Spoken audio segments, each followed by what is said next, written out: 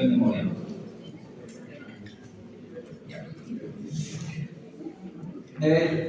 Bueno, hay muchas definiciones en todos los textos que van a revisar. Ahí en la bibliografía estoy poniendo los textos de psicopatología. De todos casi de todas las clases ahí. Luego hay varias cuestiones ilustres. Ay, no, te estoy pasando. La memoria es la capacidad de evocar acontecimientos y hechos pasados y reconocerlos como tales, ¿no? Las personas con demencia suelen ya con deterioro cognitivo, suelen confundir mucho y tener alteraciones de memoria. Situaciones pasadas las pueden hacer como presentes, que esté sucediendo ahora, ¿no? O pueden hasta inventar cosas que no han sucedido, ¿no? O sea, por todo ese problema de deterioro cognitivo. La memoria tiene procesos de codificación, almacenamiento y recuperación. La codificación es la forma que la información toma para permanecer en un determinado nivel de memoria. Se almacena, permanece la información en un determinado nivel de memoria, y la recuperación condiciones bajo las que puede ser extraer información de un determinado nivel de memoria. La siguiente. Los sistemas o niveles de memoria, teoría del filtro de Barrow. La memoria primero es sensorial, a través de lo que escuchamos, captamos, vemos, vivimos, ¿no? La memoria se va a dar una memoria a corto plazo, el hecho que se olvida, y después eso va a conllevar una memoria a largo plazo con un desarrollo. La siguiente. Nivel sensorial, nivel donde se recibe toda la información que nos llega a los sentidos. Se va a producir la codificación precategorial y el almacenamiento de los milisegundos. En esto de la memoria, por ejemplo, no es que haya un hecho y yo voy a grabar el hecho solamente como si fuera pues algo que tenemos en la computadora y tengo un recuerdo y lo grabo, sino que eso se asocia a otras cosas o vivencias. Cuando recordamos algo del pasado, a veces podemos evocarlo acompañado de otras cosas o sensaciones o emociones, esas sensaciones de alegría, de tristeza, de pena, o sea, eso se asocia todo ello. Y a veces estas cosas hacen que se graben más, no se asocia, en el ser humano es así que se graben más. Inclusive, por ejemplo, alguna figura que ve, o una imagen, un paisaje te va a facilitar la evocación de algo. Esas técnicas son las que se utilizan muchas veces para poder grabar mejor algo. Bueno, son técnicas que tenemos. El ser humano tiene varias técnicas para poder grabar información o recordar algo. Inclusive, si uno percibe un aroma, el gusto de algo, de una comida, te va a evocar algo, porque asocias eso que grabaste, eso sensorial que grabaste, está asociado, ¿no? Eso no se asocia. La siguiente. Memoria a corto plazo, nivel donde se recibe la información que se transfiere en la memoria sensorial. Hay una codificación categorial y almacenamiento de minutos que sucede. Por ejemplo, sucedió un hecho, lo vi, más o menos en memoria sensorial, y después lo grabo más o menos, recuerdo. La siguiente. Pero a largo plazo es nivel donde se recibe la información transferida de la memoria a corto plazo, y hay codificación semántica y almacenamiento indefinido. Muchas veces hay situaciones que me van a, por ejemplo, ¿qué me puede ayudar a grabar algo que, por ejemplo, en esta clase u otra clase? ¿Qué me puede motivar? De repente el tema es interesante, esta motivación va a hacer que yo pueda tener más facilidad de poder grabar eso. Si de repente sucede un evento, una situación grata, también va a ser algo que me ayude a eso. Si estoy en disposición, si el ambiente es adecuado, no sé, la hora casi en otro lugar, con aire acondicionado, tengo mi comida, mis snacks ahí, va a hacer que grabe mejor las cosas. Va a haber cosas que van a facilitar y otras que van a de repente ser perjudiciales. Si estoy preocupado, tenso, ansioso por un problema que he tenido, un problema personal, estudio, de familia, una noticia, de repente ese no es el mejor momento para poder yo grabar algunas cosas. Y estoy estudiando y por más que me esfuerce, no llega, no asimilo bien todo eso, ¿no? Lo recuerdo un momento, pero después no a largo plazo. Entonces puede tener problemas de repente de poder realizar una evaluación. Y eso influye, la parte afectiva en el humano influye bastante, ¿no?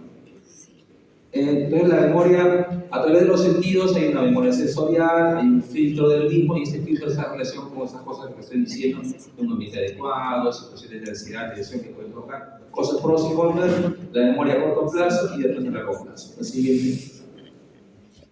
Todo aprendizaje comporta la retención de lo adquirido, ¿no? Existen variables, el tiempo invertido, como estamos mencionando, el contenido del material, forma de codificación o la motivación, dijo. El olvido. Hablamos un poco de la memoria y el olvido. ¿Qué es el olvido? No hay teoría, ¿no? La definición es la diferencia entre lo que se retiene y lo que se aprendió. O sea, ahora yo tengo bastante y voy a evocar poco, o sea, hay cosas que de repente están en el olvido, ¿no? En el basurero, como haciendo la semejanza de la computación. Ahí va. Teorías del desuso, si es algo que sí, antes veía, pero ya no lo uso así, o no recuerdo, o no necesito hablar de ese tema, ya lo voy olvidando. De la interferencia y de la represión. Si reprimo alguna cosa, o sea, una cosa negativa, una cosa no muy grata, seguramente lo voy a tener olvidado. Quizás algo lo evoque después, pero normalmente está en el olvido. La siguiente. Ahora, hemos hablado un poco de la memoria, un poco del olvido, para tener conceptos generales. Vamos a hablar de psicopatología del mismo, ¿no? Que se refiere cuando hay una alteración del mismo. La siguiente. Memoria, existe la exploración de la memoria. Vamos a explorar la memoria remota, la reciente y la inmediata. La siguiente. La memoria remota se refiere a los recuerdos, acontecimientos y experiencias pasadas en la vida del sujeto. Se examina a través del sujeto, de lo que el sujeto recuerda, identifica de hechos pasados. Por ejemplo, ¿dónde vive usted? Sí, hace 5 años, hace 10 años viví en tal lugar. ¿Y con quién vivía ahí? Cuando vamos a hacer una historia así, pues, ¿no? El paciente, sí, hace 5 años vivió, trabajó en tal lugar. ¿Cómo conoció a su esposa? Sí, la conocí en tal lugar. Y evoca los recuerdos, ¿no? Del pasado, de la memoria remota.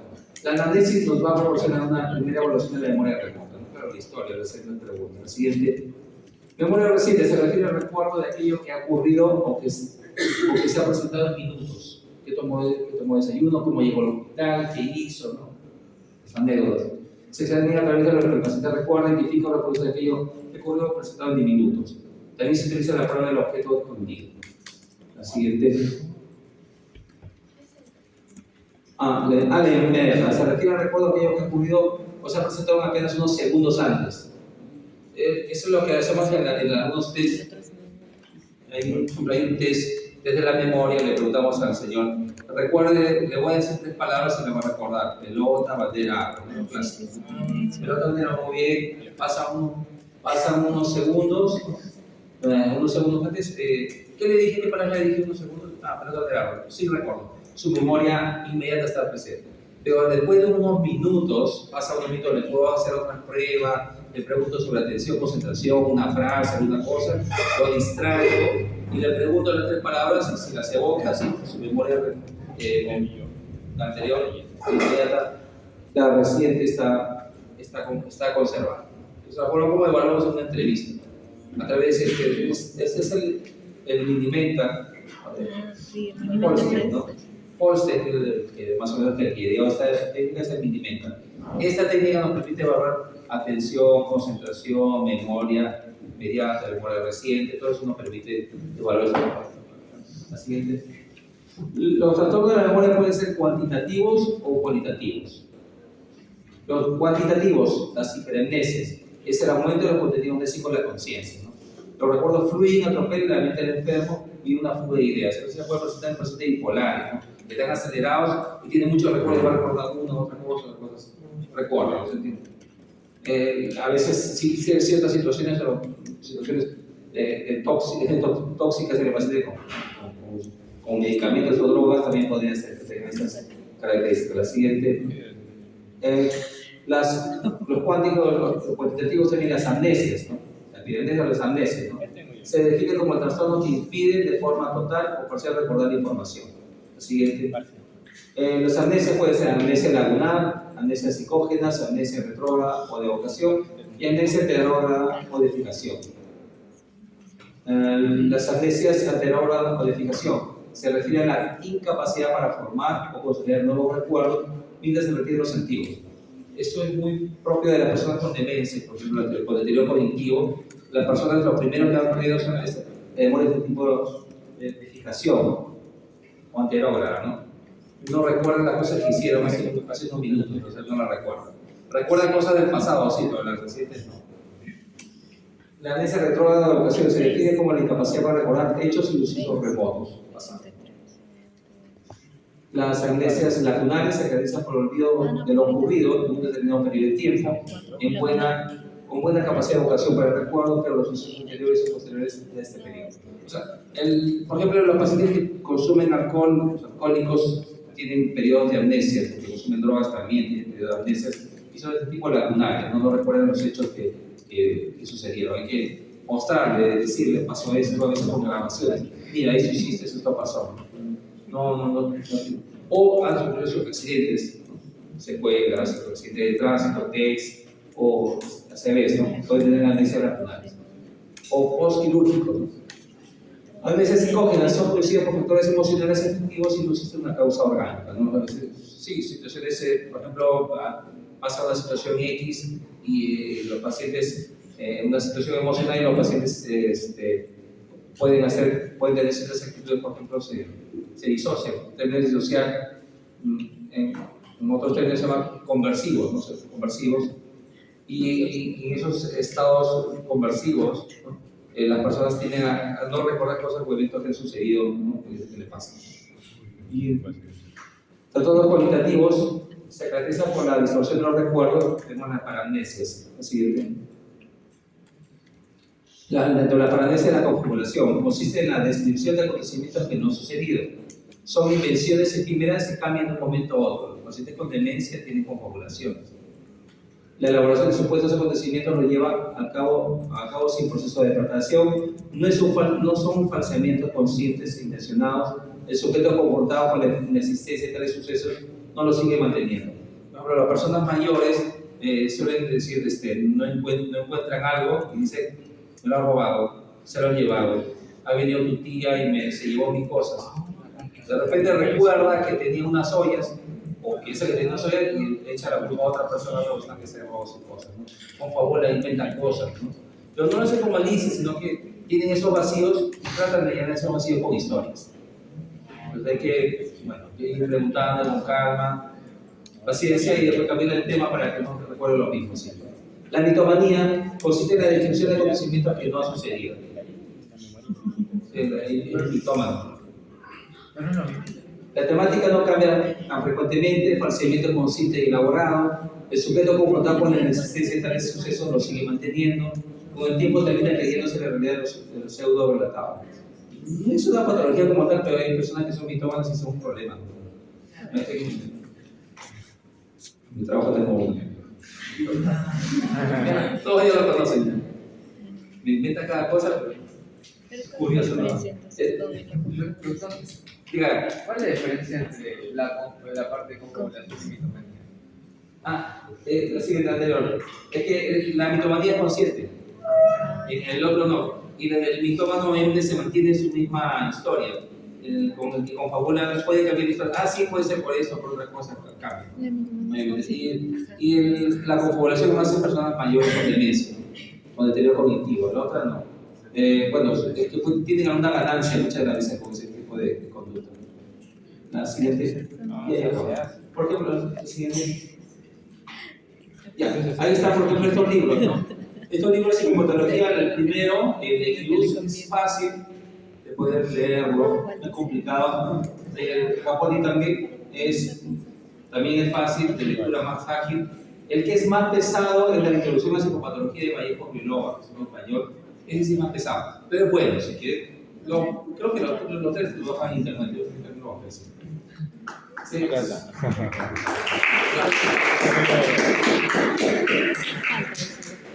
Son muchos clásicos.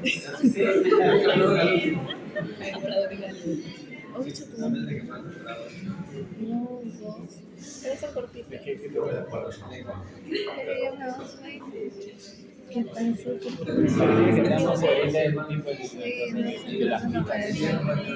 Bueno, a través del lenguaje, y el lenguaje es una actividad perfectamente el ser humano, no ningún otro. La vez pasada estaba viendo, bueno, ustedes son jóvenes, pues no han visto los clásicos. Aunque hay una que es el planeta de los simios, ¿la han visto? Sí. Pero hay una versión antigua del 70. Vean esa, pues. Esa buena. Ahí no hablaba, pues, y el mono que habla, imagínense que habla un primate. Bueno, en fin. Pero el lenguaje es propio del ser humano. ¿Ya? Y para el lenguaje, bueno, hablamos español, portugués, otros idiomas, el quechua, otros lenguajes, hay edades para adquirirlo. Un niño a los 2 años ya tiene que, en líneas generales habla, mamá, papá, inclusive va haciendo oraciones. 3 años tiene que hacer oraciones y empezar a hacer historias, cuenta cosas fantásticas, mamá, vamos de viaje, yo te llevaré a la luna, ¿qué se dice su mamita? ¿No? El niño le dice a su mamá todas esas historias, o le cuenta historias de esto, el príncipe, el príncipe de la casa. Todas esas cosas dice, habla con la mamá. De un niño a 3 años, a los 2 años que no hable, es un problema. 3 años mayor, entonces hay un problema. ¿Qué sucede ahí? Retraso en las capacidades. Entonces, por ejemplo, bueno, decía que en nuestro país hay cosas que ahí funcionan por el bien. Entonces, existen todos los centros de salud, cuando tienen enfermeras, sobre todo enfermeras, tienen lo que se llama programas de crecimiento y desarrollo. Entonces, estos programas de crecimiento y desarrollo, cuando ya han hecho los centros de salud, han ido, ¿no? A hacer prácticas, ¿han ido? ¿Centro de salud han ido? Hospitales. ¿Han ido a los centros de salud? Van a ir, pero después, ¿no? Seguro. Sí. Creo que sí. Pero los centros de salud hay, las enfermeras, los hospitales también hay, pero más en los centros de salud se captan los niños pequeñitos y los niños vienen a su control, aparte que le ponen sus vacunas, el control a los 3 meses, tiene que tener ciertas características. El niño pequeño es capaz de mantener, por ejemplo, en líneas generales, los músculos de su cabecita, de su nuca están desarrollados y el niño mantiene la cabeza, no se cae. No cae la cabeza, se mantiene, o sea, no cae. A los 6 meses tiene que sentarse. Al año tiene que estar ya parado, bueno, antes de gatear, ya parado y estar dando los primeros pasos. O sea, eso es la parte motora, pero la parte cognitiva al año ya tiene que decir, balbucear, mamá, papá, agua, que es lo que habla. A los 2 años ya tiene que tener un vocabulario mínimo de tantas palabras, a los 3 años mucho más que hablar con lenguaje todavía más fluido. Entonces se va a captar. Fue la parte de desarrollo, por ejemplo, al año y medio le tiene que tener el control de esfínteres. O sea, si un niño tiene 3 años y no controla todavía la orina o el no avisa usa pañales, hay una situación de retraso que está sucediendo. Puede falta de adiestramiento por parte de la familia o tiene un retraso. Entonces se capta si tiene un retraso psicomotor. Bueno, el lenguaje es una de las cosas que se evalúa bastante en la persona. Anterior. Los trastornos del lenguaje verbal se deben a causas de tipo neurológico y de tipo psicógeno, mental, que es lo que vamos a referir. Se incluyen causas de la voz debidas a causas periféricas o enfermedades del aparato fonador. No, eso no lo vamos a comentar. Siguiente. Disartria. Dificultad para articular sílabas y palabras y debemos de sospechar de enfermedades inflamatorias o degenerativas del cerebro y se puede presentar en retrasos mentales profundos. Es frecuente en intoxicaciones agudas como la alcohólica o la barbitura. Entonces la disartria. Por los propósitos. ¿Cuánto me llamó? 2 meses, no, 1 mes y medio. Me llamó un amigo y me dice, oye, tengo que hablar de mi hermano, algo tiene. ¿Qué le pasa? Pues voy a hablar del hermano y el hermano, cuando le preguntaba algo, no contestaba adecuadamente y estaba disártrico. No hablaba bien. Y él no estaba así hace unas horas. Entonces, antecedente, yo no me había dicho antes, pero parece que tiene problemas de corazón y no estaba contando bien. Entonces, ¿qué estaba haciendo? Seguramente estaba haciendo antecedentes, un microémbolo, microémbolo si estaba haciendo un problema neurológico. Inmediatamente al seguro y le hicieron la. ¿Cómo se llama también?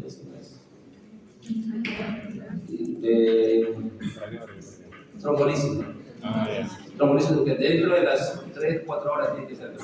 Hay un tipo máximo de actuación. Si pasa muchas horas ya no se efectúa. Entonces, sí, y está mejor. Eso se hace. Entonces, sí, se detecta. Entonces, son cosas que tenemos que valorar. Con su lenguaje normal y está fallando, pasarlo, toma un medicamento, pasarlo o le ha sucedido otro evento, ¿no? Un evento neurológico. Las disfasias o afasias son trastornos en los que sin que haya agudez, los pacientes no pueden hablar o escribir sin que no haya parálisis, ¿no? De las manos, ¿no? O no pueden comprender las palabras sin estar sordos ni leer sin estar ciegos, ¿no? Podemos clasificar 4 tipos: la anartria, que es la vasomotora pura, que es una imposibilidad para hablar y de articular palabras; la grafia, que es la imposibilidad de escribir; la alexia, ceguera verbal, en la que se lee pero no se comprende, pues las palabras carecen de significado para la persona; y la sordera verbal, que consiste en que las palabras se oyen pero no se comprenden. La siguiente, la que sigue. En la práctica, las afasias se pueden clasificar en 3 grupos: afasias motoras o de expresión, son las más frecuentes, y son anartrias como sin grafia, ¿no? El paciente no puede hablar, no habla, no es inteligible lo que dice, ¿no? Afasias sensoriales o de recepción, el paciente no entiende lo que tú le dices. Puede hablar, de repente dice palabras, pero tú le hablas y no decodifica adecuadamente, no va a entender lo que uno dice. Estas mayormente son del tipo neurológico, todas esas fases, ¿no? Las disfemias son alteraciones intermitentes y variables en la definición de las palabras, la tartamudez, la disfemia, la siguiente. Los trastornos psicógenos, y los antes eran los neurológicos, los psicógenos, constituyen un interesante conjunto de síntomas de gran interés en la psiquiátrica. Algunas características o definiciones, ¿no?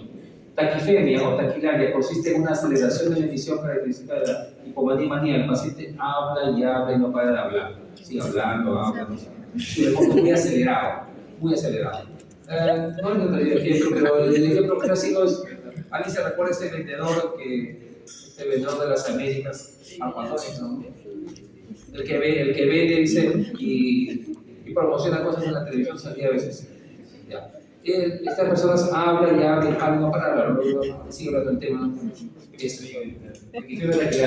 Pero difemia ordinaria es la identificación del lenguaje que debemos empezar. Lo contrario de la aceleración del lenguaje es la bradilaria o bradifemia. El hablar es lento, pausado, ¿no? Muy lento, muy pausado. Tengo un amigo que habla así, yo me acuerdo, es lento. Así como vieron esa película Zootopia. Ah, sí, sí. Eso, y otra cosa. Imagínense una clase así, ya se duerme. La logorrea es una forma compulsiva y taquicardia, es otro término. Paciente con lenguaje logorreico, o sea, habla mucho, lo mismo. Que se da sobre todo en excitación maníaca. Esa aceleración, todo lo que es aceleración, pensamiento, lenguaje, ¿no? Es en manía, ¿no? O en una intoxicación por drogas también puede darse. Un paciente intoxicado por drogas también puede tener esa conducta. Validaria consiste en una repetición repetitiva de sílabas, palabras o frases breves. Logopronía es de una sílaba en medio del final de una sílaba en medio o al final de la palabra. Presentes en el primer Parkinson, la esquizofrenia. Quiero ir al supermercado, el sábado voy al cine. Tiene que venir el paciente que tiene ese tipo de repeticiones, puede ser una logopronía. A veces presenta este tipo de problemas. Estereotipo verbal es la repetición inconsciente de palabras a través de modos muletillas. Bueno, a veces yo repito es un tipo de muletilla, ¿no? Que hay. Tenía un profesor que, mira, cómo estábamos en la clase, en la universidad, y decía la palabra definitivamente. Entonces, hablaba del tema definitivamente, y después le contamos en una clase como 50 definitivamente. Pero no tenía ningún sentido que coloque definitivamente la palabra definitivamente. Era súper definitivo. Y no, mira, curioso, no era de psiquiatría la clase, no éramos muletilla, la siguiente. Ecolalia consiste en la repetición de palabras o frases pronunciadas por otra persona y puede observarse en la relación mental de demencia. Tengo un paciente que viene, yo luego, buenos días señora, ¿cómo está su hijo? Hijo. ¿Cómo le digo en el colegio, repetir el niño, o sea, el niño cotea, con retraso mental. Entonces, tiene que repetir la ecolalia, ¿no? La mamá me decía así, doctor, no se le quita la ecolalia, así, la mamá me decía, siempre repite, ¿no? Cuando no fuera eso, no traíamos otro problema, ¿no? Refrigeración, el lenguaje es anárquico, desordenado, deforman el discurso, el mutismo, teniendo la capacidad de hablar, el paciente mudo, no habla, no conversa, no quiere hablar, puede hablar, pero no habla, está mutista. Se describe el paciente, bueno, la entrevista, mutista. Pero con el paciente con dolor, pacientes con depresión, muchas veces. Pacientes con esquizofrenia, sobre todo de meses, ¿no? Catatonía dice, ¿no? O sea, catatonía es otro cuadro que lo vamos a describir más adelante, pero es catatonía es el paciente está mutista, negativista, no colabora y está echado en su cama, no se mueve para nada. La catatonía puede ser por esquizofrenia, también depresión catatónica también. Los pacientes con una depresión severa pueden hacer una catatonía. Nosotros tuvimos una paciente con depresión catatónica, una persona de 62 años, que tuvo un cuadro depresivo y se puso en su cama y no comía, no se levantaba de nada de la cama. Estuvo así en casa estuvo varios días así, fue al hospital igual, ¿no? Tuvimos que darle alimentación por sonda, y de medicación antidepresiva, hasta que fue reaccionando. Algunos de los tratamientos aceptados, medio aceptados que se puede dar en catatonía por depresión, catatonía por esquizofrenia, es la electroplexia, terapia electroconvulsiva. Aplicar electricidad con electrodos aquí en partes de la cabeza y que le provoca una convulsión. Eso es lo que hace reaccionar. Hay indicaciones de la terapia electroconvulsiva, no se le da todo. Por ejemplo, una esquizofrenia catatónica se da, una depresión catatónica también. Se indicaba. Es otro tratamiento. Ahora, antiguamente, por ejemplo, cuando estaba en Partizan, teníamos que no era todo protocolizado, sino que solamente era la máquina y bueno, los técnicos y enfermeros sujetaban al paciente en una apoyada para que no se fracture, porque se puede fracturar si la convulsión no es incorrecta, contenida, y nada más, pues, y se le aplicaba. Pero ahora no, hay unas máquinas especiales que miden cuál es el umbral conocido de la persona, hay anestesiólogo, inclusive hay un aparato de reanimador si el paciente sufre un paro cardíaco. Entonces hay toda una técnica, todo un protocolo, ¿no? Que ha hecho que se cambie, ¿no? Y más seguro. Entonces inclusive se le coloca también relajante muscular para evitar ese tipo de problemas en la crisis epiléptica. Pero es mutismo, ¿no? Bueno, sí, hay indicaciones para la terapia electroconvulsiva, no es que todo le va a aplicar. Neologismos, se emite palabras no creadas por el mismo enfermo, eso por deformación o convención. El paciente crea palabras, no sabe, y crea propias palabras. Propias palabras que él solo sabe el significado. Hay que preguntarle, ¿qué quiere decir esta palabra extraña? Te dirá pues, su propia versión. La siguiente. Lenguaje metafórico, se cambia el sentido de la palabra. Lenguaje incoherente o jargonofasia, en el que la falta de conexión lógica entre las palabras. El paciente de lenguaje incoherente, no habla una cosa por otra, mezcla palabras y no tiene un sentido de lo que está refiriéndose. El paciente esquizofrénico pueden hacer eso.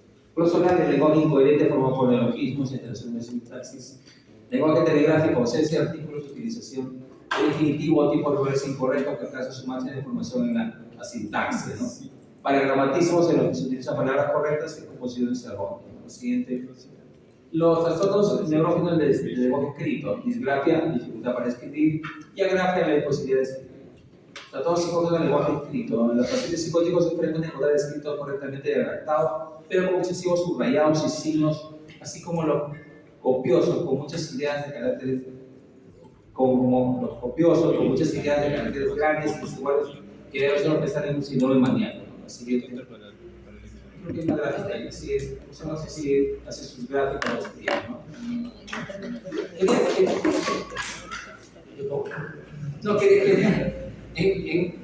Se ve extraviado. Tengo escritos de un paciente esquizofrénico, como lo describen ahí. Así. Y estaba buscando estos días para mandarles una foto y no sé dónde van a guardar mi presidente, mis asistentes. Lo han guardado, pero es un tesoro. Son unos libros bien escondidos que están. Bien, esa es la conciencia. De acuerdo.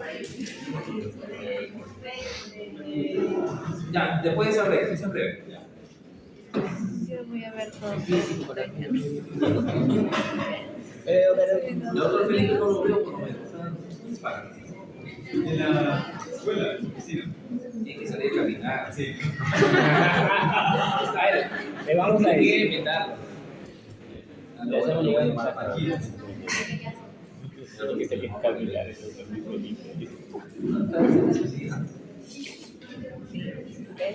Psicopatología de la conciencia. Vamos a una actividad reciente.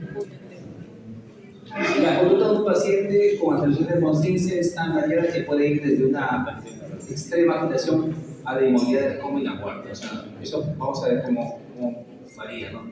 La conciencia se altera, por ejemplo, un paciente cuando llega de emergencia, muchas veces se va a venir con alteración de la conciencia por diferentes motivos. Y no son, la gran mayoría son motivos clínicos. Esta alteración de la conciencia puede acompañarse de alteración de una conducta, puede de alucinaciones, alteración del pensamiento, una serie de conductas que el paciente no tiene normalmente y puede ser secundario, la gran mayoría son secundarios a problemas médicos.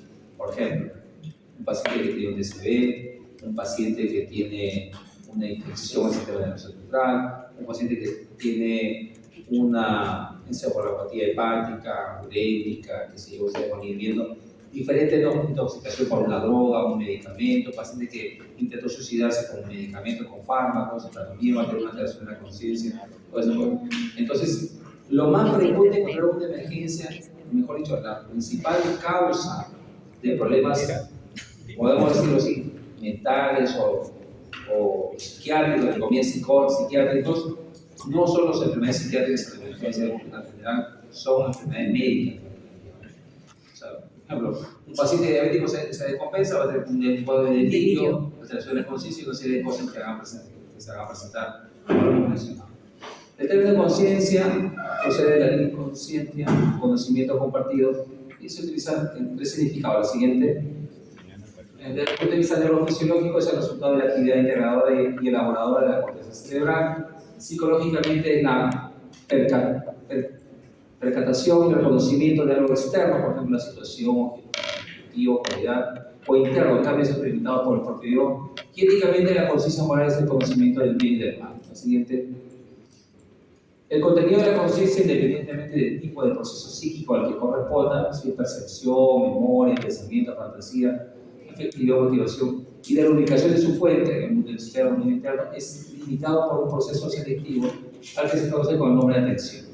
El estado consciente corresponde a un modo de actividad de la corteza cerebral, del neocórtex, actividad que depende de las diversas estructuras corticales, unas incitadoras y otras inhibidoras, que se regulan entre sí y son influidas por la corteza. La siguiente. Son todas las estructuras que activan o encienden la luz de la conciencia, ¿no? El sistema activador ascendente o formación reticular y como formación reticular mesencefálica, activador directo, y el segmento superior del lóbulo cerebral y productor de noradrenalina que refuerza la señal anterior. La inhibición corre a cargo de la porción superior de los núcleos del RAFE, cuyas neuronas sintetizan principalmente serotonina. En otras palabras, aquí necesitamos que esté este sistema activador reticular ascendente y esté responsable del estado de conciencia. Cuando ustedes lleven, por ejemplo, cuando un paciente tiene alteración de conciencia que puede llegar a coma, se está afectando ese sistema reticular ascendente. Cuando ustedes lleven la práctica, se lleva el curso de anestesiología, el anestesiólogo lo que hace es bloquear, se del dolor y también trabaja ese nivel. Hay que tener mucho cuidado porque cuando deprime mucho las funciones cerebrales puede conllevar a que, digamos, afecte a algunos centros que tienen que ver con la función o el mantenimiento de la función cardiorrespiratoria, ¿no? Yo puedo decir, los paros. Es importante eso, ¿no? La formación reticular excita a través de fibras reticuloespinales los vínculos estriomotores de elevador tono muscular y por medio de los colaterales de esas fibras que tienen el núcleo utilices. Los sectores primarios facilitan la transmisión por la vía sensitiva, ¿no? Lo siguiente. Bueno, la gráfica del mismo, lo siguiente. La estimulación del reticular ascendente mediante señales nerviosas proviene de otros sitios, ¿no? El propio sistema reticular ascendente está sometido a estimulación e inhibición. El sistema reticular ascendente es incrementado en la actividad por vía de dos mecanismos, ¿no? Los estímulos sensoriales provienen de cualquier parte del organismo. Cuando está descansando, está durmiendo y escuchas un ruido, un sonido y te vas a despertar. Algunas señales son más estimuladoras como el dolor y los impulsos somáticos propioceptivos. Por eso conocemos el examen de Glasgow, a veces medimos si hay respuesta al dolor. Si finge dolor, bueno, medido, no va a ser un dolor muy severo, buscar una respuesta. Si el paciente no tiene respuesta, tiene un grado de conciencia muy elevado. Estímulo retrógrado proviene del cerebro que lleva principalmente a la porción encefálica del sistema reticular cerebral. El sistema reticular cerebral recibe muchas señales directas o vías colaterales provenientes de los haces reticulares, espinotalámicos y espinodeltales. El siguiente. Vías directas del cerebro, en especial la corteza, que estimulan el sistema reticular cerebral. La corteza sensorial somática, la corteza motora, la corteza frontal, ganglios basales, hipocampo y otras estructuras límbicas y hipotálamo. Eso es lo importante en la estimulación proveniente de las áreas motoras transversales cerebrales. Bueno, visto ahí esto un poco, que es un poco de introducción acerca de la conciencia y algunas estructuras que están relacionadas con la misma, vamos a ver trastornos cuantitativos de la conciencia. Estos hacen alusión al grado de vigilia que presenta el individuo, el cual muestra una amplia variabilidad dimensional, el ritmo, sueño, vigilia, nivel de concentración, y está condicionado por la atención. Diferentes enfermedades somáticas, así como intoxicaciones, pueden determinar alteraciones bien por aumento, bien por disminución de la conciencia. La conciencia es un continuo, desde el estado de alerta o vigilia hasta el coma. Dentro de eso está el delirium y el estupor. Vamos a ir viendo un poco algunos temas. Bueno, entonces algunas definiciones, tres estados para conocimiento. No le voy a preguntar esto, no es para conocimiento. Una descripción que hace de los niveles de conciencia. La siguiente. La definición del nivel de conciencia. Estos son términos que se tienen que grabarse. Antes nos referimos con paciente letárgico, paciente obnubilado, paciente estuporoso o paciente en coma. Letárgico consiste en un compromiso incompleto del conocimiento, ¿no? De la conciencia y vigilia. El paciente está desorientado y somnoliento, pero se mantiene despierto. El paciente que está en cama está confuso, está desorientado, pero está despierto con los ojos abiertos. Hace un estímulo y voltea, pero no se relaciona con eso. Está letárgico, ¿no? O se relaciona muy poco. Un obnubilado es un estado de depresión completa de vigilia en que el paciente puede ser despertado con estímulos leves. El paciente obnubilado está con los ojos cerrados, señor Rodríguez, y abre los ojos. Se conecta, o sea, está obnubilado. Pues, está con, digamos, estado de depresión completa de vigilia, está con los ojos cerrados, como dormido, pero se despierta rápido al llamado. Leve. Estupor es un estado de depresión completa de vigilia en el que el paciente puede ser despertado, pero solo con estímulos intensos. Los estímulos son generalmente tipo dolorosos, con una superficie robada. El estímulo doloroso, ese es estado de estupor. Y coma constituye la depresión completa de vigilia, el cual el paciente no puede ser despertado con ningún estímulo. Ni siquiera no tiene estímulo, ¿no? Ni siquiera el corneal, ¿no? Ni el pupilar. El siguiente. Y el coma es una forma prolongada de suspensión global de la conciencia. No es posible despertar al paciente, incluso con los estímulos intensos, como mencionamos.